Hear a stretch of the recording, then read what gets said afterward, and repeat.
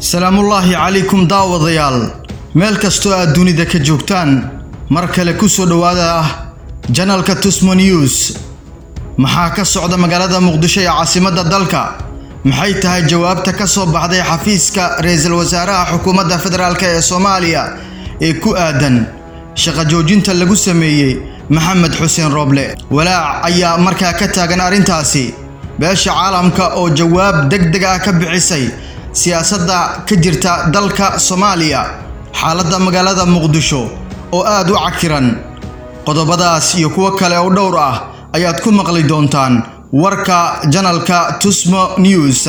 marka hore waxaan ka codsanayaa in aad subscribe saarto channelka Tusmo News, isla markaana like iyo share ba aad tiraahdo si aad ugu mid noqoto asxaabteena la socda muuqaaladeena. markaan ku bilowno, magaalada Muqdisho maanta waxaa ka taagneyd xiisad aad u weyn, hadal hayn ay hayeen shacabka Soomaaliyeed. waraaqad ka soo baxday xafiiska Villa Soomaaliya oo haatan uu joogo madaxweyne Maxamed Cabdullaahi Farmaajo, waxaa shaqada loogu hakiyay awoodaha looga dhimay ra'iisul wasaare Maxamed Xuseen Roble. talaabadaasi waxaa loo cuskaday dastuurka qabyo qoraaleedka ah ee markaa Soomaaliya marin habaabiyay. mas'uul kasta waxa uu cuskanayaa marka la eego dastuurka, iyadoo markaa dastuurkan uu yahay mid qabyo ah. jawaabta ra'iisul wasaaraha ayaa la sugayay, waase soo baxday. baahinta labada jawaabood ee markaa ka soo baxday labada xafiis, tan ra'iisul wasaaraha iyo sidoo kale tan madaxweynaha, waxa ay tahay mid iyadu kala saameyn badan. waraaqada ka soo baxday jawaabta ah xafiiska ra'iisul wasaaraha waxaa lagu baahiyay TV-ga qaranka iyo sidoo kale raadiyaha iyo TV-ga qaranka Soomaaliyeed. tan madaxweynaha ma lagu baahin. shacabka Soomaaliyeed aragti weyn oo aad u xun ay arintaasi ka haystaan. waa tilaabo kale oo naxdin leh. markaan galno jawaabta ra'iisul wasaaraha ayaa ahayd ra'iisul wasaaraha xukuumadda federaalka Soomaaliya mudane Maxamed Xuseen Roble waxa uu bayaan ka soo saaray qoraal baalmarsan dastuurka dalka oo ka soo baxay xafiiska madaxweynaha kadib markuu ra'iisul wasaaraha xukuumadda federaalka ee Soomaaliya mudane Maxamed Xuseen Roble ka arkay warbaahinta warqad ballaaran shuruucdana markaa baalmarsan. waxa uu markaa eegayaa waxa uu dastuurka ka qabo. warqadda ka soo baxday madaxweynaha ciwaankeeduna ahaa hakinta awoodaha wasiirka koowaad iyo dardargelinta doorashooyinka dalka waa mid si cad u heermarsan dastuurka kumeel gaarka ah ee qaranka. waxa uu si cad ugu been abuurtay qodobka 87 iyo sidoo kale qodobka 9aad ee dastuurka oo markaa aan lagu xusin madaxweynaha. waxaa tan ay tahay mid lagu burburinayo awoodda dastuuriga ah ee ra'iisul wasaaraha. madaxweynuhu waxa uu si ku talagal ah ugu tuntay qodobka 99aad ee dastuurka xarfihiisa a ba, waxaana markaa uu qeexayaa awoodaha labada xafiis ee fulinta ah, tan madaxweynaha iyo sidoo kale tan ra'iisul wasaaraha. ra'iisul wasaaraha ayaa tilmaamay in arintan ay tahay arin aad u weyn, dalkana la gelinayo xaalad aad u adag. madaxweynaha waxa uu markaa ku tuntay qodobka 91aad ee dastuurka ka oo qeexaya muddada xilhaynta madaxweynaha oo ah 4 sano oo ka bilaabanaysa. taasi waxay caddeyn u tahay in muran la geliyay in madaxweyne Farmaajo uu yahay madaxweynaha federaalka ah ee Soomaaliya. haddaba marka la eego waraaqda ka soo baxday xafiiska ra'iisul wasaaraha, waxa ugu dambeyn markaa lagu sheegay in beesha caalamka iyo sidoo kale deeq-bixiyaasha caalamka inay jawaab ka bixiyaan arintan. waxaana markaa uu ra'iisul wasaaruhu uu sheegay in madaxweyne Maxamed Cabdullaahi Farmaajo uu carqalad ku yahay dalkan iyo sidoo kale in ay doorasho ka dhacdo dalkan. waa xiisad kale oo aad loogu naxo. siyaasiyiin qaar ayaa jawaabo kulul markaa ka bixinayay warqadda ka soo baxday villa Soomaaliya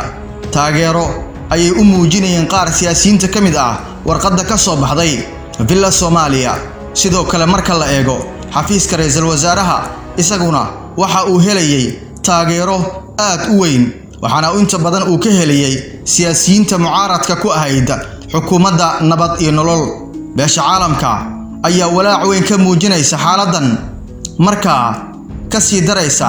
khilaafkan weyn ee ka dhaxeeya Maxamed Xuseen Roble iyo sidoo kale madaxweynaha Soomaaliya Maxamed Cabdullaahi Farmaajo magaalada Muqdisho caawa mashquul weyn ayaa ka jira labada xafiis waxaana markaa loo tartamayaa sidii midka kale uu ugu guuleysan lahaa xaaladan waxay u muuqataa mid ugu dambeyn ku biyo shuban doonta in gacan ka hadal uu dhaco waa haddii aan la soo dhexgelin xaaladan siyaasadeed ee khilaafka ah ee markaa ka dhex jira labada mas'uul waa Maxamed Xuseen Roble iyo sidoo kale Maxamed Cabdullaahi Farmaajo siday kula tahay aragtidaada waraaqdan ka soo baxday xafiiska ra'iisul wasaaraha iyo sidoo kale in TV-ga qaranku uusan dhexdhexaad ka noqon khilaafka labada dhinac ee ra'iisul wasaaraha iyo sidoo kale tan madaxweynaha waa TV-ga qaranka Soomaaliyeed oo markaa isagu kaliya baahinaya waraaqaha ka soo baxda xafiiska ra'iisul wasaaraha ee Maxamed Xuseen Roble aragtidaada ka dhiibo waxaana mar kale ka codsanayaa in aad subscribe saarto channelka Tusmo News isla markaana aad nagu soo biirto mar walba waxa naga go'an soo gudbinta wararka degdega ah ee markaa ku saabsan caalamka iyo gudaha dalkeena waxaan idinkaga tagayaa sida iyo amaana Allah والسلام عليكم ورحمة الله تعالى وبركاته أمان الله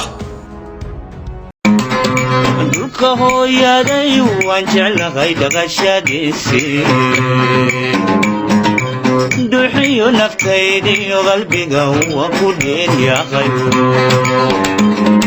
sidii kubad aanan dhalay oo kala aan dhabu jelaystay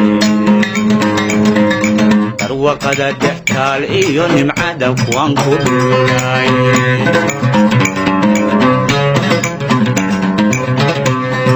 dhulka hooyaday waan jeclahay dhaqashadiisii duxiyo naftaydiyo qalbiga waa ku dheer yahay sidii kubad aan dhalay oo kala dhabu jelaystay وقد تحتالي ينعد وانكو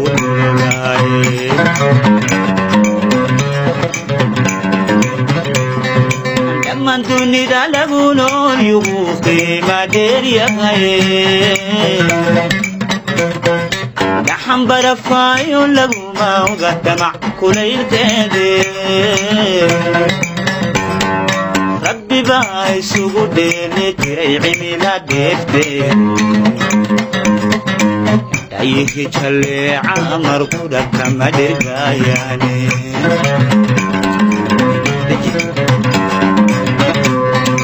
لما دوني دا لغونون يغوخي ما دير يغاي لحن برفايو لغو ما وقتمع كليل كدي ربي باي سوغو ديني تري عميلا ديفتي تايهي جلي عمر قولا كما درقاياني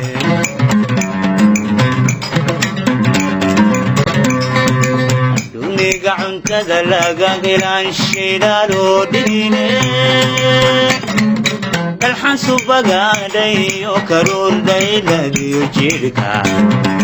دفتا حبكتا لقا سوكريو ميراها دومانتا نددمي كما دور سنكرو دورتا دبديدي